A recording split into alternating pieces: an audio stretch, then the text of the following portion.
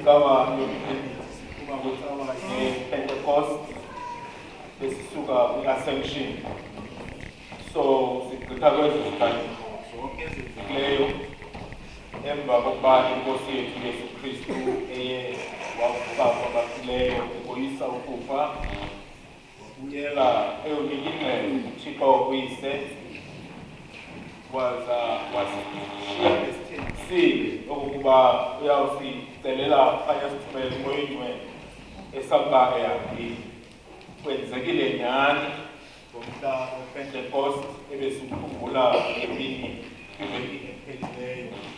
Namhlanje ikerike ngokubanzi ithatha ke ngoku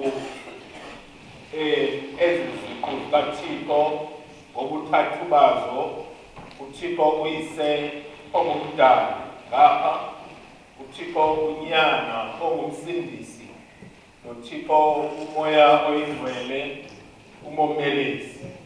Ithatha ke ngokwezi ziqu zithathu zikaThixo omnye, umTrinity, izidibanise ngale mini yanamhlanje, zidityaniswe zikhunjulwe, isiqu ngasinye sinikwa indawo yaso. Siyazi ukuba xa kuthethwa ngomTrinity akuthethwa ngoThixo abathathu, kodwa nguThixo omnye oziziqu ezithathu ezibonakalisa endalweni yakhe ngokuba bengumdali, aphinde ayisindise kwale ndawo, aphinde kwayena ayisustain ngomoya wakhe oyingcwele. Thina ke sisaphuma kuloo confusion. Ngabanye abantu mhlawumbi aba-outside the Christian religion abangayaziyo loo nto. Nekungake awungethi soyibambile le mfundiso uphinde kuthiwa udibana nabanye abantu ube confused. Namhlanje ikhalenda yethu yecawa yohlulahlulwa ibe zihafu ezimbini, to two halves. Eyokuqala i-period esukela kwi-Advent ukuza kwi-Pentecost, i-first half leyo yonyaka wethu okanye wekhalenda yethu. Ukusuka kwi-Advent ukuza kwi-Pentecost, ukuze ke ngoku phakathi kwezahafu kubekho le cawa iphakathi eyicawa yomTrinity. Ukusuka ke ngoku njengomTrinity namhlanje, ukusuka ke ngoku kule cawa yanamhlanje kubheka phambili iphinde yoma nge-Advent kwakhona sawube singena kwi-second half yonyaka. Ihafu yokuqala kulapho kufundiswa khona, kubonakaliswa khona kude kuthiwe the church presents a drama of salvation, usindiso lukaThixo. Kulapho lubonakaliswa khona njengoba sisazi iziganeko ezenzekayo nge-Advent, ngeChristmas, ngePasika, kude kuyoma ngemini yePentecost. Kulapho kudisplayiwa khona okanye kufundiswa, kuboniswa khona amandla kaThixo okusindisa uluntu ngela cebo uYesu wayezele lona ehlabathini. Ukuze ke ngoku kwi-second half kulapho ke ngoku kugxilwa khona kwimfundiso kaKristu lowa ebezile ezokusindisa. Ngoku icawa igxila kakhulu kwimfundiso yakhe ne-implications zale mfundiso ukuthi maKristu okokuba yintoni ke ngoku elindelekileyo ukuthi in response kulanto kwela cebo losindiso uThixo ebeliqalile.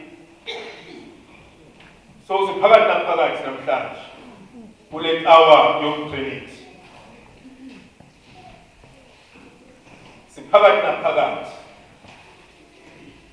sikwi-meeting point yonyaka. Kulaphaya eKapa kukhona ndawo ekuthiwa Cape Point. Abantu abaningi bayazi loo ndawo, abanye bade baya physical. Phaa kwe-Cape Agulhas apho kuthiwa Cape Point, it's where two oceans meet. Kudibana khona i-Indian Ocean, idibana nantoni ne-Atlantic Ocean. Singathi ngoku sikuloo point yokudibana konyaka kwehafu zonyaka. Sikuloo point ngoku. Bangaba besise-40 mhlawumbi basithi half time. You have time there? Yeah, half time. Besidlalile first half.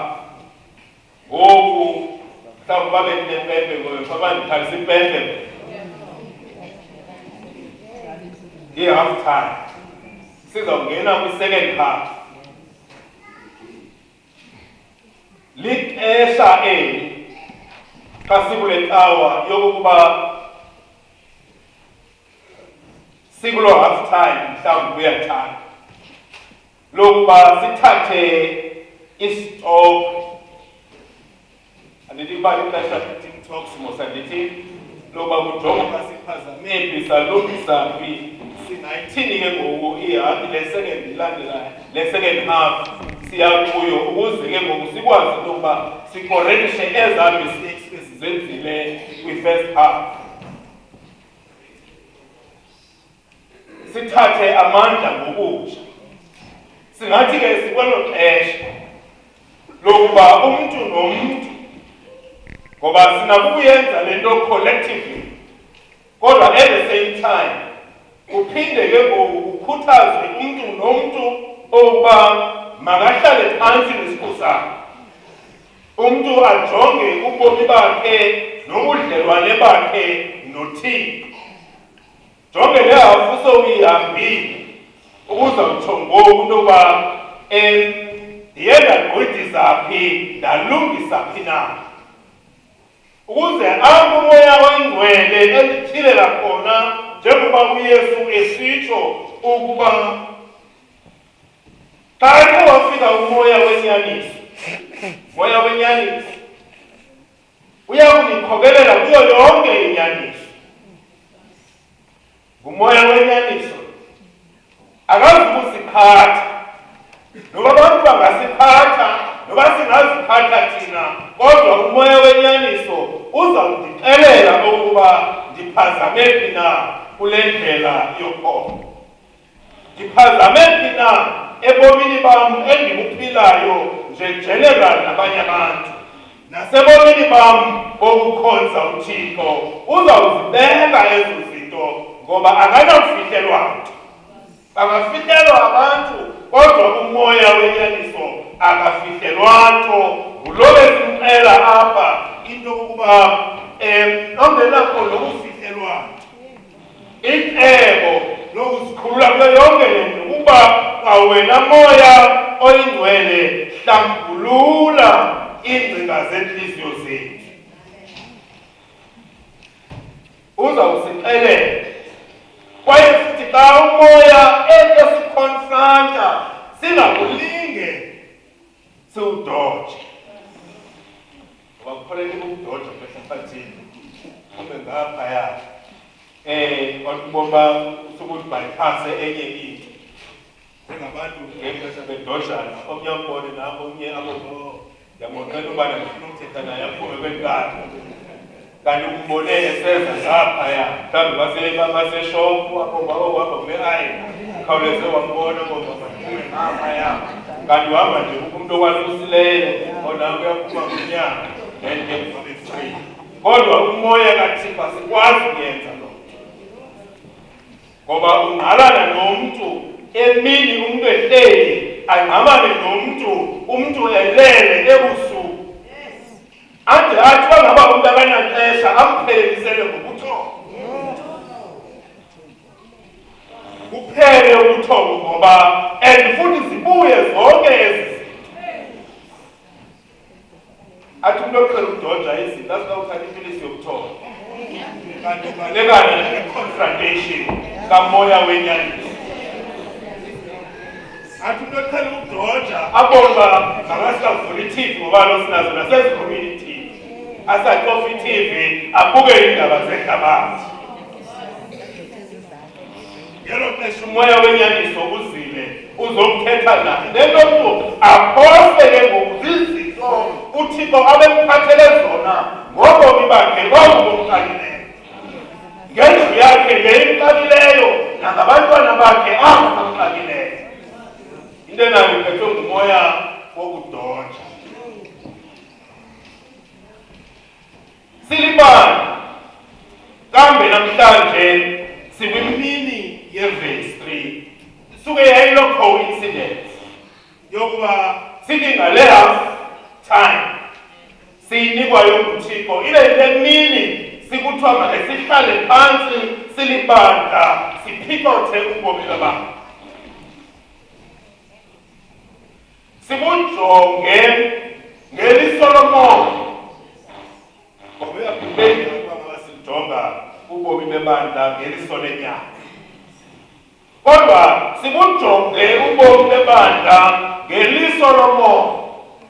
Ibe ngulowo xa ezokuhlala kule verse 3 abe semthandazweni wokuba moya oyingcwele uzungene ngaphakathi kwam ngendlela eyodwa so that ndikwazi ukuyi-understanda yonke le nkqubo izawuqhutywa apha ngokuphefumlelwa nguwe. Sizawujonga siprivilege nale ngokuthi kunozenzela izinto zebandla lakhe ngaphandle kwethu. Angazi uReport ibandla lakhe, alungise i-administration yakhe, alungise i-spirituality sethu ngokwakhe ngaphandle kwethu. Kodwa kuba uThixo ezulwini usebenza ngengelosi waze ke ngoku apha emhlabeni wazixelela ukuba uzawusebenzisa oonyana neentombi zabantu. Ngoko yi-privilege leyo asinika yona yokuba masiphophele imicimbi yakhe.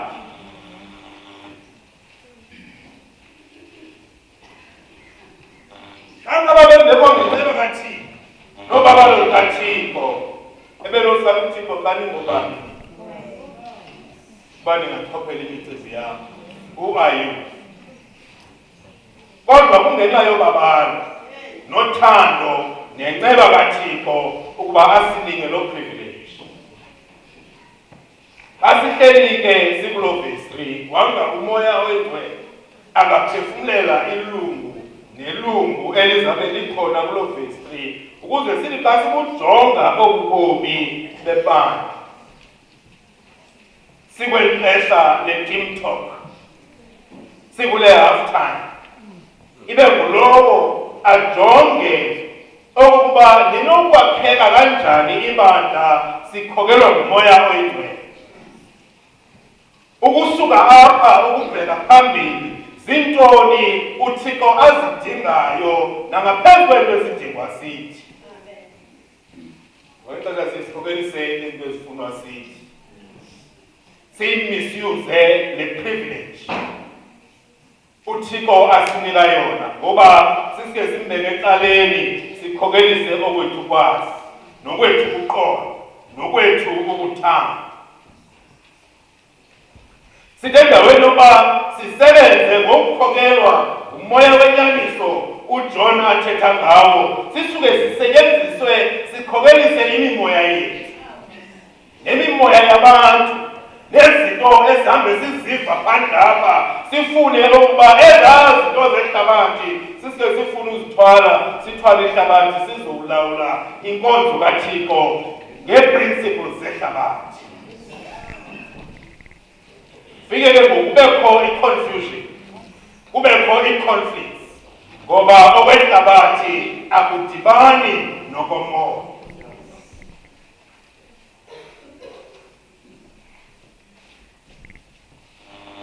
Ibandiqinileyo kodwa nje ukucacisa nje quickly ngale nto yomtrinity kungasese kuthiwe iphume ngakhange ndithethe ngomtrinity kwenziwa nobe seyilahla mhlawumbi lemfundiso ayibambe doctrine of the Holy Trinity. Imfundiso ba theology lethu inemiba ngemiba, ine-doctrines nge-doctrines ezithweleyo. Yiyo loo nto iqobunjelwa kuthiwa yi-theology, kodwa ufumanisa xa ungena phaya inamasebe ngamasebe. Yiyo loo nto uzofumana mhlawumbi concentrate uYesu Kristu ubuntu bakhe, le nto kuthiwa yi-Christology. Kufundwa ngobuKristu bukaKrestu, kuphikothwa yena nemeko yakhe kule meko ye-Christology. Ke kuphinde kuphikothwe umoya oyingcwele eyedwa, ephikothwa nobunzulu bakhe nobudlelwane bakhe nomTrinity. Uzawufumanisa kuthethwe i-pneumatology xa kufundwa ngomoya oyingcwele. Ihambele le mfundiso okanye le doctrine ihambe izigaba ngezigaba ukusukela phaya kwiinkulungwane zokuqala zebandla early church, phaa kwii-centuries zokuqala. Isithi go through ii-challenges ngee-challenges, phofu izi-ideas ezivela kwalapha ebandleni kwasebantwini abasebandleni, ngoba abanye bene-interpretations ngee-interpretations ngale relationship phakathi kukaThixo, kuthiwe nguThixo omnye kodwa ezi ziqu ezithathu.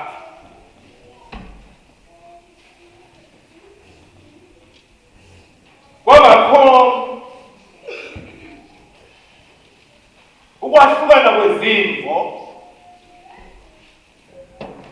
apho abanye becalula uYesu uThixo uyise, ukuba xa ngaba sithi ke uThixo unyana makabe ngunyana, makungathiwa unyana uyalingana noyise. Unyana mncinci kunoyise ngokwe-interpretation ye-language yethu, kodwa ingxaki isempeni apha siphikotha izinto zomoya. Into nayo ingxaki silimithwa yi-language yethu, ngoba isuke ithi fall short to explain ukuba obunzulu bukaThixo buthini na. Sisemo sibhenele kwi-terms zethu singabantu, uba unyana makabe ngunyana, uba ngabe ngunyana. Makungathiwa unyana uyalingana noyise, okanye unyana is of the same substance with the father. Yiyo ke loo nto phakathi kwezo mbuzwana nezo ntetho nezo ngxoxo ezazikhona kwade kwafikelelwa ekubeni kubekho ii-councils ezahlalayo. Phakathi kwazo kwakho ne-council yaseNicaea, Nicaea. Yiyo loo nto ekugqibeleni saphuma sesine-Nicene Creed okanye isivumo sopholo saseNicaea, esicacisa kakuhle obu budlelwane bukaThixo. So that xa uyicula le Nicene Creed, uyicule uyiva okuba yintoni le iyithweleyo. Kamva ndiyakukhuthaza into yoba ngaphandle kwasiyicula apha ecaweni, uzukuthi wawufika phaa endlini utshile page 108, tshile page 108, ufumanise ubunzulu bale mfundiso, futhi ungayifundi nje kodwa uyinambithe, uyixobisise okokuba ngoba akukho nto ibhalwa nje, yonke into inesizathu. Ndiyakholwa uThixo uyise ongamandla onke, zibe ninzi ke ziqinithi sinazo. Ndiyakholwa kuThixo omnye, itsho le yaseNicaea. Ndiyakholwa kuYesu Kristu, ndiyakholwa kumoya oyingcwele, ndiyakholwa kuNkekelela. Ziqubunjelwe zonke ezi zinto kulaa document, so that xa ungumKristu ungabe ulabalala. Ngokubhala kukaPawulos athi ningabe nilatyuzwa yimimoya nazimfundiso ezingeni. Bambelele kule document, ubambelele kule creed, kwesi sivumo okuba yonke lento icacisiwe apha.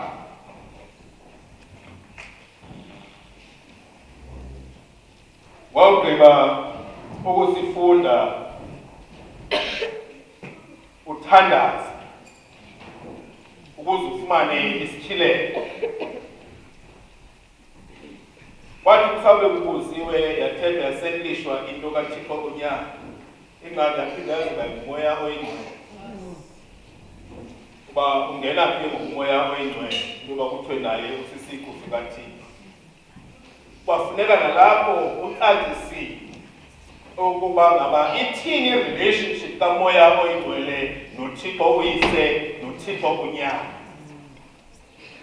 Yile nto uzawufika ke ngoku kuthiwe phaya ndiyakholwa kumoya oyingcwele oyinkosi, ngoba kubaphinda uba limithwe axuthwe esakhi status, oyinkosi ongumdlisi wobomi, uphuma kuyise nakunyaka,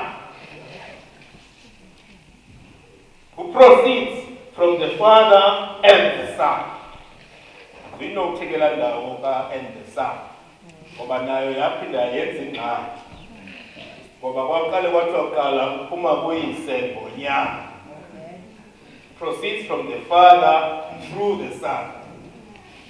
Kwafuneka kuphinde kuhlaliwe kusetlishwe nayo lento uba ngaba sithi the Holy Spirit proceeds from the Father through the Son. It means sizavuma into yokuba unyana ungaphantsi koyise. Kanti yonke lento ukuthetha nje kwabantu kuThixo ayinjalo. Yasetlishwa ekugqibeleni ngokuba kude kufikelelwe kuthethwa kuthiwe yi-filioque clause and the Son. Apho kusetlishwa into yokuba umoya oyingcwele uphuma kuyise nakunyaka.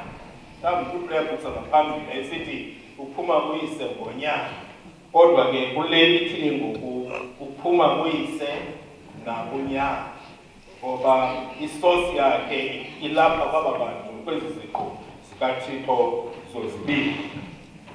Funde isivumo sokholo sika-Athanasius kule ncwadi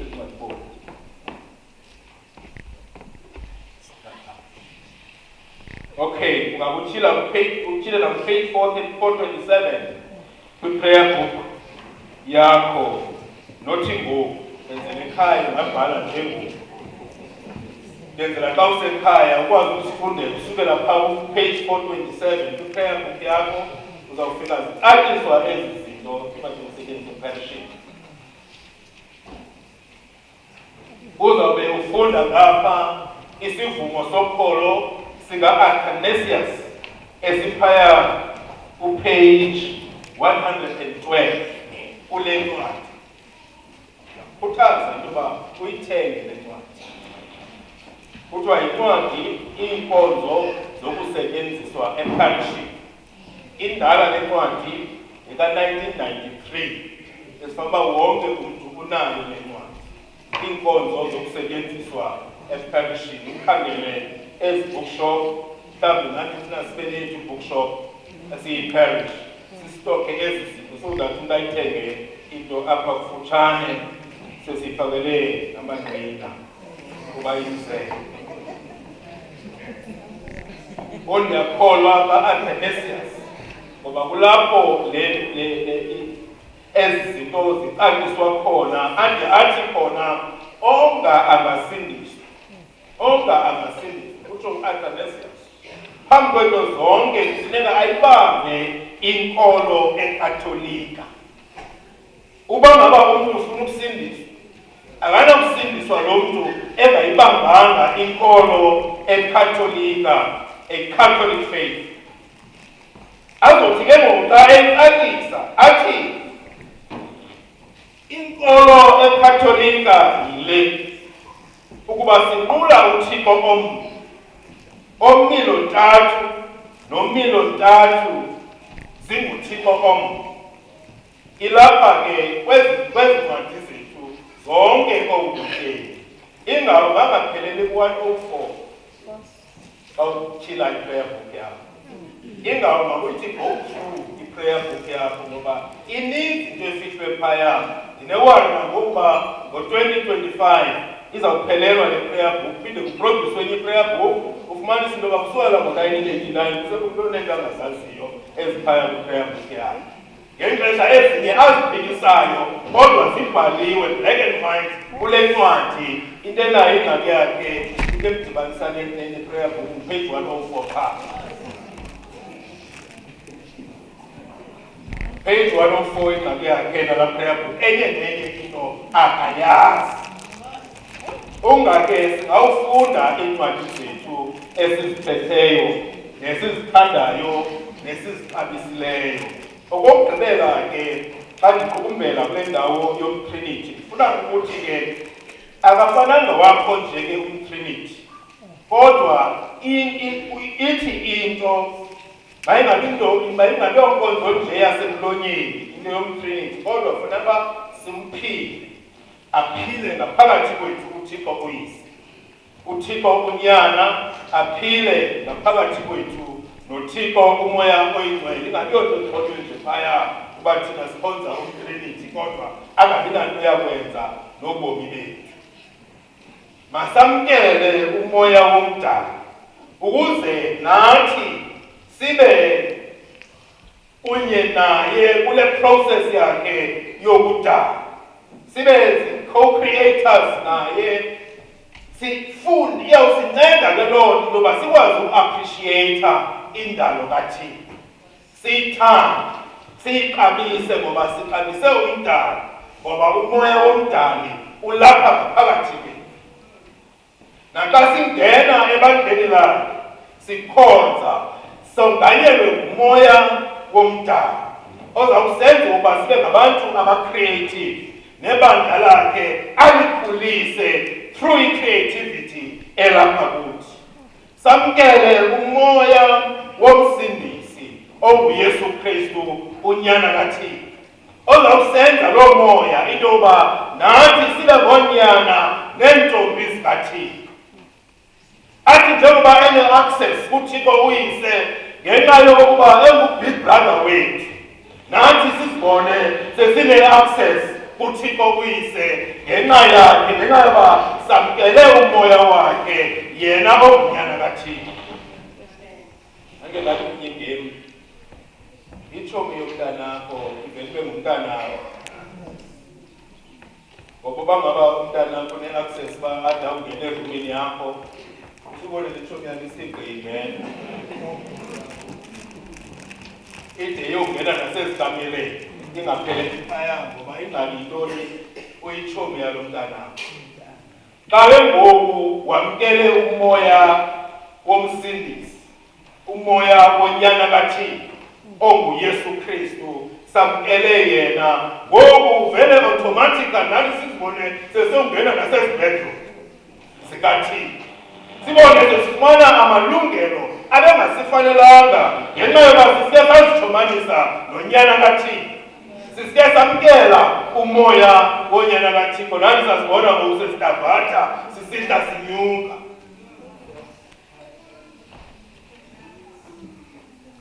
Ebhotweni kaThixo samkele umoya oyingcwele ngoba ngaphandle kwakhe asinakwenza nto. Nale verse 3 ngaphandle komoya oyingcwele singaphuma sithukana, singaphuma sithukana. And ungakoyithanda kanini yenzeka yenzekile amaxesha ngamaxesha. Singaphuma zitayithana kule ntsawo zijike eziningablezo nezinto zamakhandlela zibe zinto zokulwa.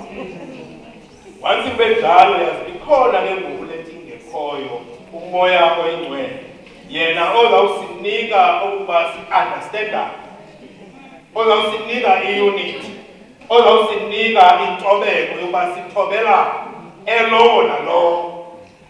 So we must be careful this.